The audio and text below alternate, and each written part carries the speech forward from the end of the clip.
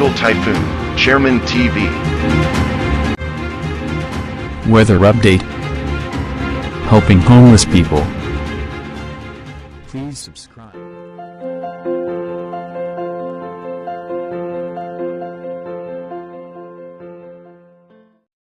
Magandang umaga po. Ito po ang latest update natin ngayong araw, May 13, 2025.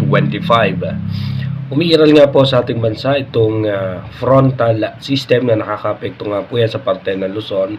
Kasama po dyan ang ilang bahagi ng Central Luzon. May mga tsansa nga po tayo dyan ng mga biglaang pagbuhos ng pagulan. At habang yung easterlies naman, o yung mainit na hangin na nanggagaling sa dagat Pasipiko ay apektado naman po niya ng Metro Manila at natitirang bahagi pa ng ating bansa. At tayo naman po sa ating advanced weather forecast hanggang May 26, wala po tayong posibleng bagyo na imo-monitor na posibleng mabuo. May mga possible low pressure area pero as of now mababa naman ang chance niyan na maging isang ganap na bagyo. Dito nga po sa ating satellite image, makikita nga po natin yung makakapal na kaulapan na yan. Apektado po niyan ang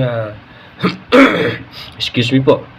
Apektado po niyan ang parte ng Luzon, kaya asahan natin may mga chance ng mga biglaang pagbuhos ng pagulan at meron din po sa parte ng Metro Manila at ilang bahagi po ng Visayas.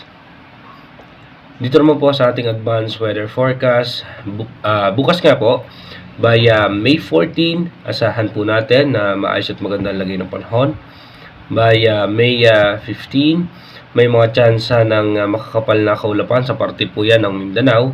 At pagdating naman po ng May 16, dito po wala pa rin naman tayo nakikitang sama ng panahon. At pagdating ng May 17, expected natin mataas ang posibilidad na magkaroon ng mga pagulan sa parte po yan ng Palawan. By May 18, ganun pa rin po, maayos at magandang lagay ng panahon. Pagdating ng May 19, dito magkakaroon ng possible low pressure area sa may eastern section ng Mindanao at mataas din ang posibilidad na magkaroon ng mga pagulan pa rin sa parte ng Palawan. Then pagdating naman po ng May 20, asahan natin may mga chance ng pagulan sa western Visayas, Palawan at ilang bahagi ng Mindanao. At pagdating naman po ng May 21 hanggang May 22, asahan po natin magkakaroon ng mga tsansa ng pagulan sa parte po ng Visayas at Mindanao.